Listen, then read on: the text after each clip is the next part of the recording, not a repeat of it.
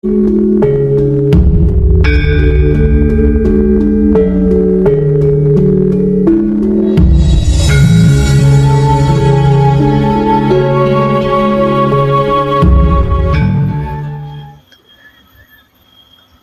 kadang kinasiku sekalian,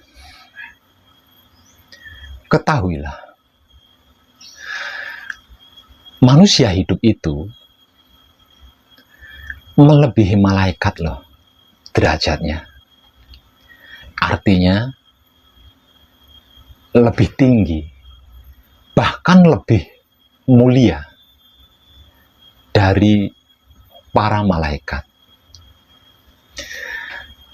Namun juga bisa lebih rendah dan hina dari hewan atau binatang.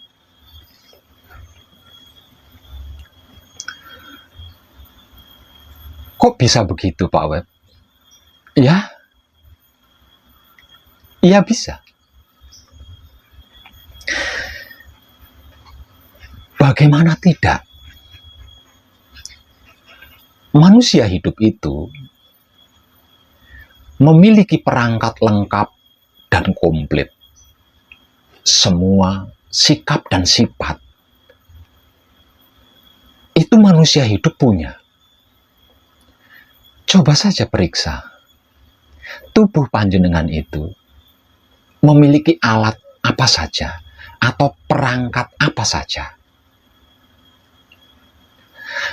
Mulai dari yang suci sampai yang kotor, itu loh manusia hidup punya. Yang paling sering diperbincangkan dalam dunia spiritual kan manusia hidup itu memiliki otak atau pikiran, hati atau batin, kelamin atau syahwat.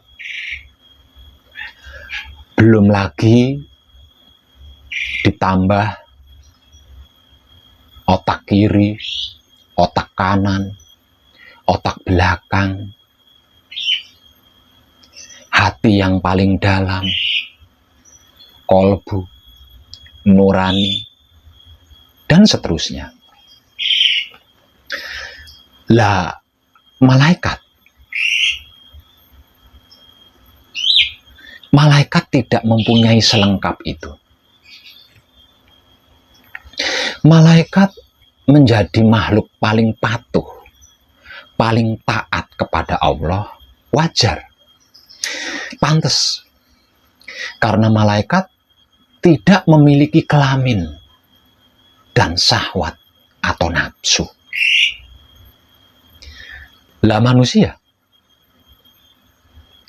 punya, malah lengkap. Selain kelamin dan syahwat atau nafsu, juga ada telurnya, ada rambutnya, memiliki 2 jenis air lagi. Edan tenan. Lengkap, komplit, bingit. Sebab itu, kenapa bisa lebih baik, bisa lebih mulia, bisa lebih tinggi derajatnya dari malaikat? Karena kalau manusia hidup yang punya kelamin atau syahwat plus tetek bengeknya tadi, kok bisa patuh, bisa taat kepada Allah? Apa tidak lebih hebat dari malaikat tuh?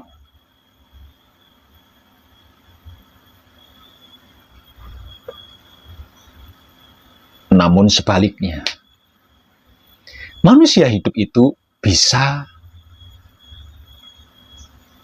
asfala safilin, bisa lebih rendah derajatnya dari hewan atau binatang. bahkan bisa lebih hina, lebih menjijikkan dari hewan atau binatang yang paling gila nih. Kenapa?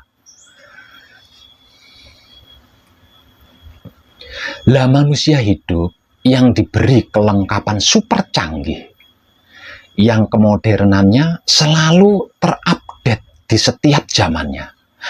Kok sampai tidak bisa berpikir jernih, membatin baik, kok tidak bisa berhati damai, berakhlak mulia, kok tidak bisa bersahwat lurus, jujur, bisanya cuma menuruti nafsu, ego, pamrih, arogannya tok. Hewan atau binatang juga kan begitu dan seperti itu. Apa lebih baik dari hewan atau binatang tuh? Kalau begitu dan seperti itu, coba panjenengan renungkan.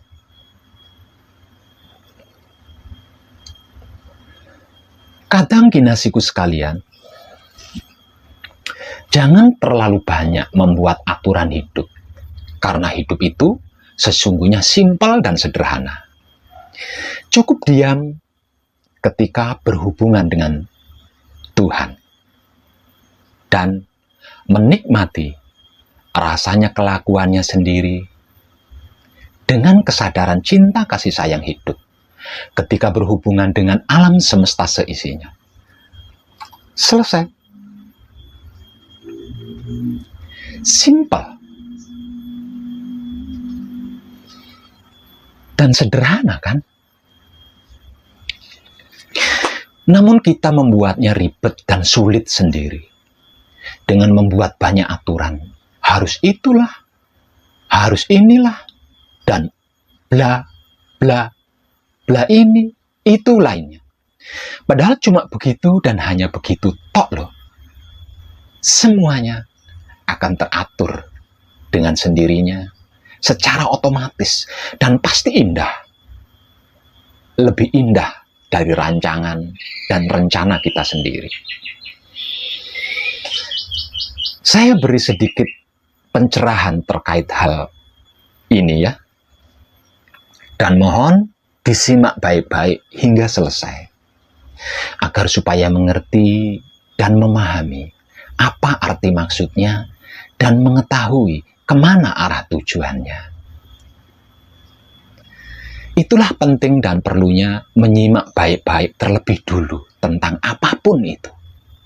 Jangan buru-buru tertarik.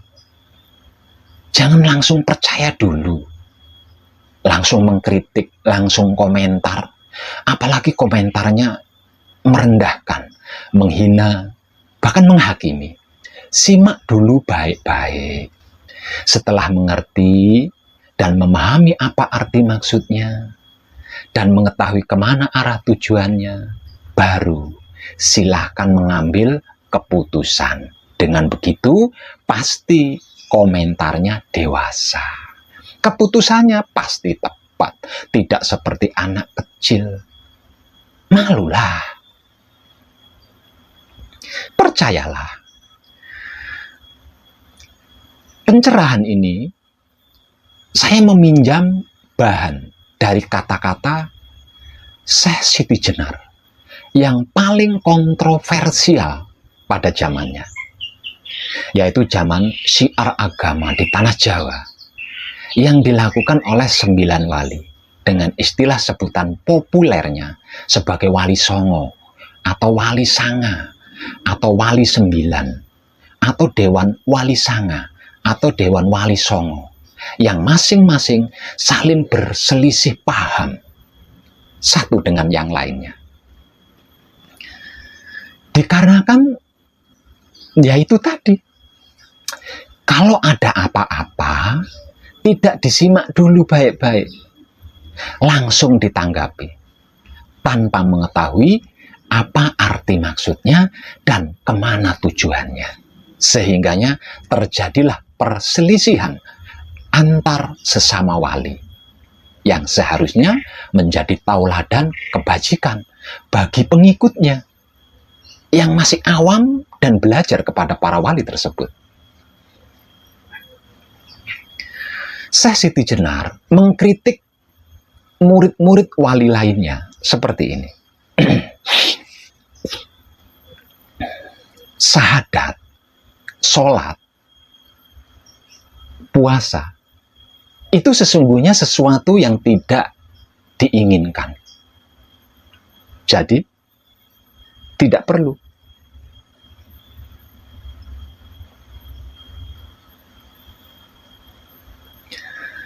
Sesungguhnya, ini kalimat trik. Sesungguhnya ini kalimat trik ini. Untuk mensucikan ibadah yang sesungguhnya. Agar supaya pada prakteknya tidak ada ego, pamrih, arogan dalam bentuk apapun. Sehingganya benar-benar bisa sukarela alias ikhlas. Kalau bahasa hebatnya. Dalam melakukan peribadahan. Lalu, siapa? Siapa yang dimaksud tidak menginginkan itu? Harusnya kan dicari tahu oleh para wali pada waktu itu.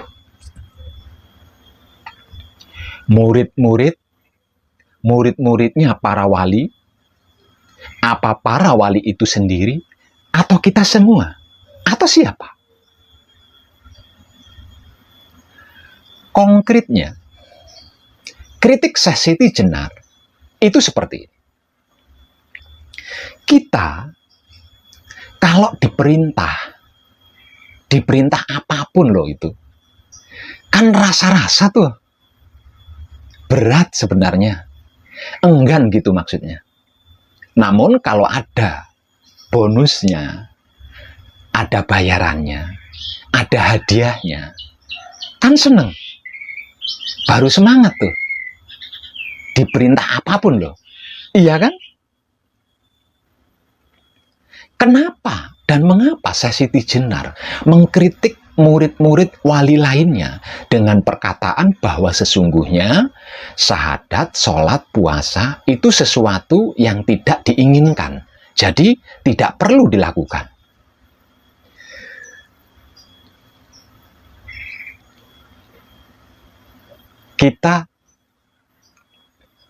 Kita sedang asik-asiknya ngerokok. Ada. Sedang asik-asiknya main game, tiba waktu sholat. Sedang enak-enaknya nongkrong sambil menikmati secangkir wedang plus mbako sembrul. Ada. Waduh. Iya kan? Kayak beban yang sangat luar biasa gitu. Ketika melakukan salat. Keadaan salatnya juga karena tadi meninggalkan keasikan, pasti kepikiran obrolan tuh. Tongkrongan. Game. Kan? Sehingganya sholat itu menjadi beban yang sangat luar biasa. Belum lagi sibuk dan ribet mikirin nanti sholatnya di mana ya? Dengan siapa ya? Ribet banget gitu loh.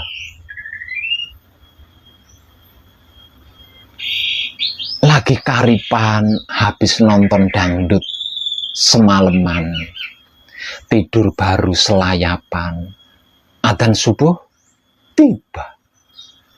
Aduh.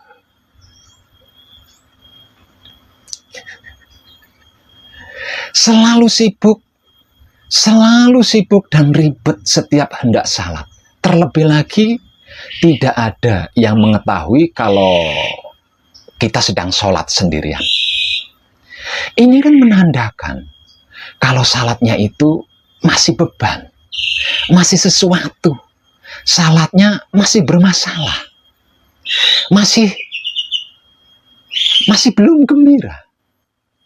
Bukan kebahagiaan, melainkan tekanan yang membebani hidupnya.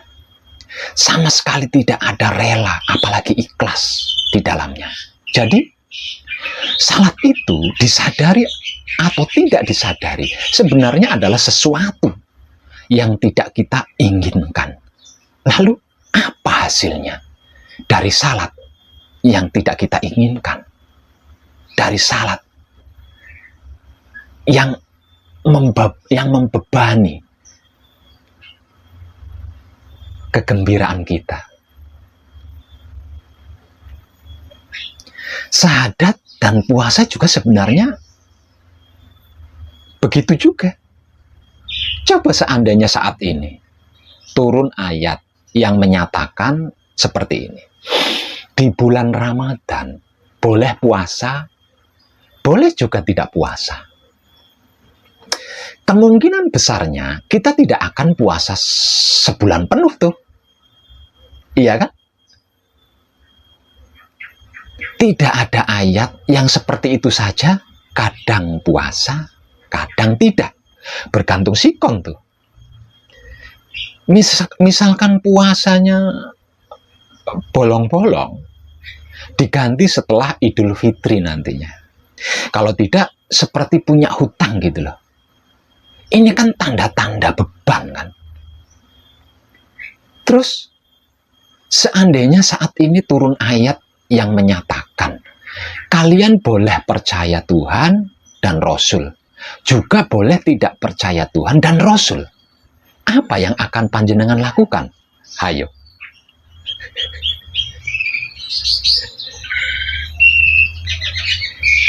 Hal ini juga menandakan bahwa sesungguhnya sahadat dan puasa itu adalah sesuatu yang tidak kita inginkan.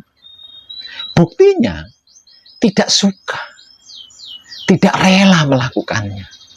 Beban banget ketika melakukannya. Sama sekali tidak ada kebahagiaan di raut wajahnya yang mendamaikan. Sesuatu yang tidak diinginkan itu pasti tidak rela kan?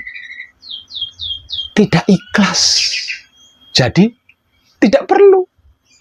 Itu arti maksud dari kata-kata Syekh Siti Jenar tadi. Banyak loh ayat-ayat yang intinya menyatakan seperti ini. Berapa banyak orang-orang yang melakukan puasa, namun hanya mendapatkan ju wal atos. Tidak mendapatkan apa-apa. Hanya mendapatkan rasa dan perasaan lapar dan haus saja. Bahasanya Syekh Siti Jenar tidak perlu. Ngapain susah payah jengkang-jengking salat dan menahan serta menahan lapar dan haus. Tapi tidak mendapatkan apa-apa. Cuma capek dan lemes tok. Beberapa hadis ada juga yang menyatakan semacam ini. Sebenarnya itu kan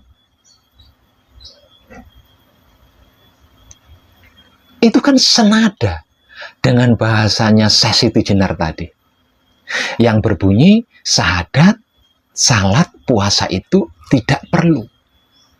Lawang tidak dapat apa-apa, cuma capek dan lemes tok, jadi tidak perlu. Lawang terpaksa semua. Mana ada nilai dari perbuatan yang dilakukan secara paksa dan terpaksa? Kejahatan saja, kalau dipaksa dan terpaksa, pelakunya tidak bisa dihukum loh. Misal contoh, kenapa kamu mencuri? Saya diancam, Pak. Kalau saya tidak mau mencuri, saya akan dibunuh. Jadi, supaya saya tidak dibunuh, terpaksa saya mencurilah. Ini tidak bisa kena sanksi hukum loh. Yang kena sanksi hukum, yang mengancam itu tadi. Bukan pelaku pencurinya. Ini sama dengan syahadat, salat, dan puasa. Kalau dilakukan karena dipaksa dan terpaksa, tidak dapat apa-apa. Percayalah.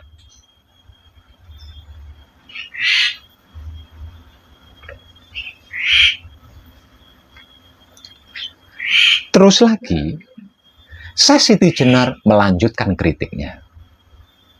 Zakat, naik haji ke Mekah, itu pun palsu semuanya. Hayo.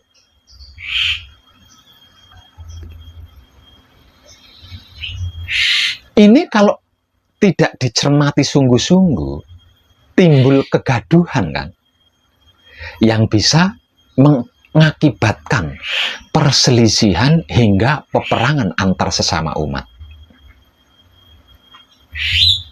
Kenapa dan mengapa? Yang zakat, yang haji dikatakan sudah palsu semua oleh Siti Jenar. Ini juga perlu pengkajian. Tidak bisa dan tidak boleh ditelan mentahan. Kenapa dan mengapa? Semua yang zakat dan haji dikatakan sudah palsu semua oleh Siti Jenar. Karena zakat dan haji dijadikan media sarana untuk berego, pamrih, dan berarogan. Contoh buktinya apa?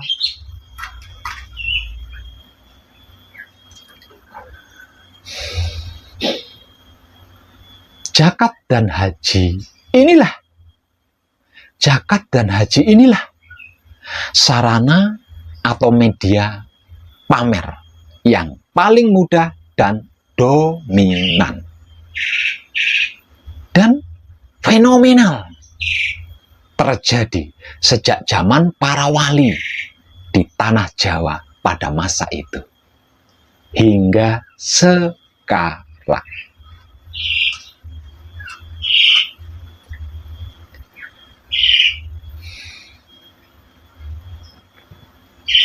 Sudah haji, Pak? Sudah.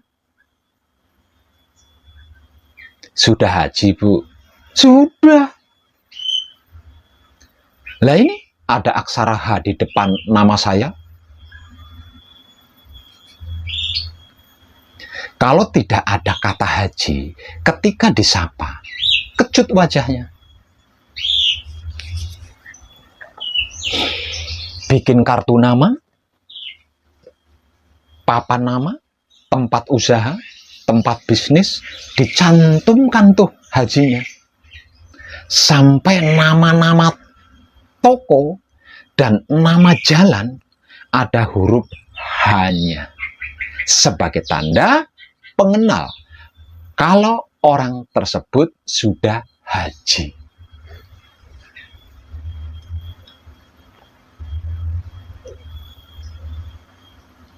Begitu juga dengan zakat. Ayo, zakat untuk tabungan akhirat. Zakat yang terkumpul hari ini dari si A sekian, dari si B sekian, dari si C sekian, dari si E sekian. Karena si D tidak disebutkan dalam pengumuman tadi, setelahnya si D ini instruksi, bahkan protes tuh. Kok nama saya tidak disebut tadi, bro? Padahal ketika saya melihat daftar nama pemberi zakat, gue lebih banyak lo ngasihnya.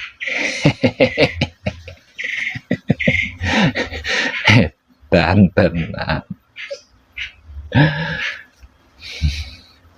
Kalau ada nama Haji Tosowijaya atau Haja Tisi Wiji, harusnya ada juga kan nama Salat Toso Wijaya, puasa Tisi Wijiyi, dan lain-lain sebagainya. Haji itu kan salah satu dari bentuk ibadah. Salat juga ibadah kan? Puasa pun ibadah. Zakat juga ibadah. Kenapa haji dicantumkan, salat, puasa, zakat tidak dicantumkan? Tidak adil itu namanya. Harus lengkap dan komplit mencantumkannya. Karena itu adalah ibadah semua. Sehingganya tersebut seperti ini. Ibu atau bapak-bapak, haji, salat, zakat, puasa, poso, wijaya, dan lain-lain sebagainya. Edan tenan, itu baru adil. Karena sebab itu Syekh Siti Jenar mengatakan atau ngatain zakat haji itu sudah palsu semua. Jadi tidak perlu. Lawang sudah tidak murni lagi maksudnya. Tidak lillahi ta'ala. Kata sudah palsu semua. Berarti dulu asli kan? Tidak palsu seperti saat-saat ini. Selanjutnya, Syekh Siti Jenar melanjutkan kritikannya seperti ini. Surga neraka itu bukan tujuan. Orang-orang mukmin telah keliru karena menjalankan salat. Para ulama menyesatkan manusia dengan menipu mereka jungkir balik 5 kali, pagi, siang, sore, dan malam, hanya untuk memohon imbalan surga dan dihindarkan dari neraka. Orang seperti itu sungguh bodoh dan tidak tahu diri. Kalau orang menyadari bahwa salat itu dilakukan karena merupakan kebutuhan diri manusia itu sendiri untuk menyembah Tuhannya, manusia ternyata tidak menyadari keserakahannya, sehingga meminta imbalan surga dan dihindarkan dari neraka. Orang-orang telah terbius oleh para ulama, sehingga mereka suka berzikir atau wirid dan disibukkan oleh kegiatan menghitung pahala di setiap harinya untuk ditukarkan dengan surga dan karena takut neraka. Nah,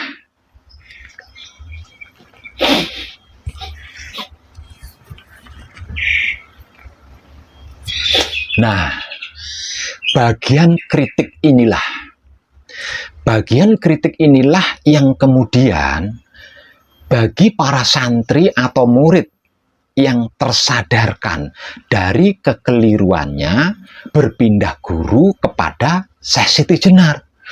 Sedangkan yang tersinggung dan merasa terhina, sakit hati, kemudian melaporkannya kepada guru mereka masing-masing, yaitu para wali lainnya. Sedangkan para wali itu sendiri tidak mencermati terlebih dahulu aduan dari para santrinya tersebut. Langsung ditanggapi begitu saja. Dan langsung mengambil keputusan tegas bahwa Syekh Siti Jenar telah sesat dan menyesatkan orang lain. Kemudian terjadilah perselisihan antar sesama wali yang sejarahnya diabadikan hingga saat ini, namun tidak sesuai dengan kejadian yang sesungguhnya. Itulah kejamnya politik agama. Jauh lebih kejam daripada politik negara. Kritik dan Syekh Siti Jenar terhadap para santri atau murid-murid wali lainnya, ini kalau dibahasakan lainnya seperti ini arti, maksud, dan tujuannya. Kita itu belum bersungguh-sungguh dalam beriman dan mengerjakan ibadah kepada Allah. Kita belum benar-benar merindukan Allah, belum lurus menuju Allah, belum ilahi rojiun. Itu arti maksud dan tujuan daripada kritik Syekh Siti Jenar. Kita masih berhenti di suatu tempat untuk melakukan transaksi bisnis atau berdagang. Ibadah apapun yang kita lakukan selalu dihitung-hitung sudah berapa banyak jumlahnya. Sudah berapa kali putaran? Sudah berapa kali putaran nih tasbih gua? Kalau 10 kali putaran berarti gue sudah memuja dan memuji asma Allah 1000 kali. Alhamdulillah, sudah layak dijual untuk ditukarkan dengan keselamatan atau rezeki. Nanti kalau putaran tasbihnya sudah 1.000.000.000 kali, penukarannya sudah bukan keselamatan dan rezeki lagi tuh. Naik selevel lebih tinggi, yaitu sudah pantas untuk ditukar dengan surga.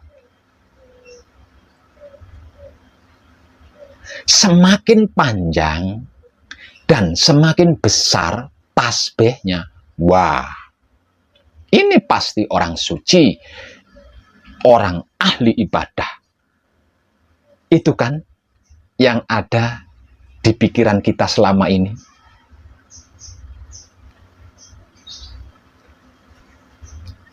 Tiap kali melakukan ibadah selalu dihitung dan dijadikan tabungan. Sewaktu-waktu kalau tabungan, hitungan ibadah ini sudah ribuan jumlahnya, kemudian ditukar. Dijual, ditransaksikan sama Allah, lalu nunggu-nunggu imbalan dari ibadah yang sudah ditransaksikan tadi. Final intinya kan imbalan surga itu tadi ditukar dengan surga dan dihindarkan dari neraka. Iya kan? Itu kan yang ada di kepala kita selama ini.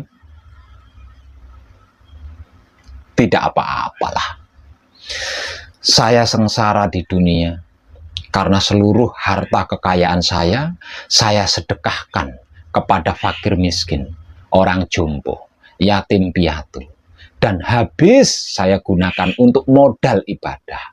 Toh nanti di surga ada sungai susu, ada kolam madu, ada bidadari 77 dan lain-lain sebagainya. Ayo jihad. Ini perintah Allah supaya masuk surga. Yang masih berjaga, kalau sampai mati ketika berjihad, jangan takut, jangan ragu. Nanti di surga akan mendapatkan bidadari 77. Takbir 3 kali. Allahu Akbar, Allahu Akbar, Allahu Akbar. Bom. Diledakkan bom bunuh dirinya. Hore! Aku dapat bidadari 77 di surga.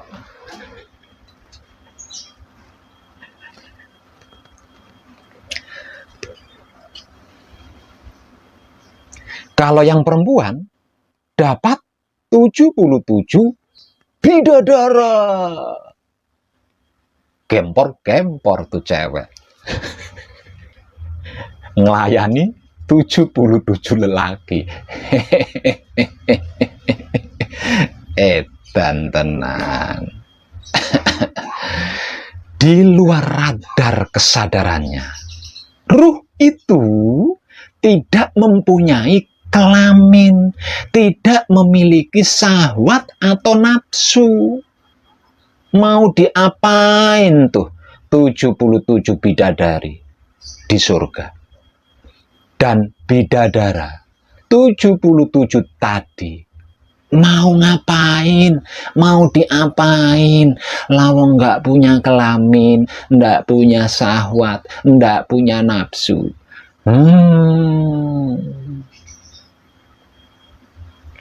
Pikirannya surga melulu. Bidadari, bidadara melulu. Terus Allahnya selalu di luar area zona sinyal. Sehingganya nggak nyambung lagi. Lagi-lagi nggak nyambung. Mungkin pada level-level pertama atau dasar, oke lah, seperti anak-anak kecil yang kalau mau salat diiming-iming, nanti saya kasih hadiah baju baru, uang, jajan, dan lain-lain sebagainya. Kalau tidak salat, nanti tidak saya ajak jalan-jalan, diancam. Nanti tidak diajak jalan-jalan, tidak saya kasih boneka atau mobil-mobilan. Itulah tingkatan atau level tentang surga dan neraka. Lah terus kita yang sudah merasa dewasa, tua, sepuh, pinter, masa iya level atau tingkatan keimanannya masih di level surga dan neraka yang selama ini dijadikan alat untuk mengiming-imingi anak-anak kecil itu tadi?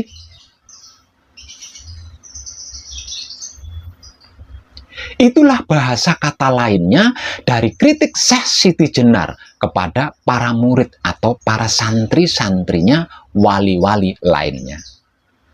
Syahadat, salat, puasa, zakat, haji sepertinya seperti syahadat, salat, puasa, zakat, haji seperti yang dimaksud oleh Syekh Siti Jenar itu tadi, dijadikan untuk mengkritik wong edan bagu, untuk mendebat wong edan bagu, untuk menghalangi kebajikan wong edan bagu.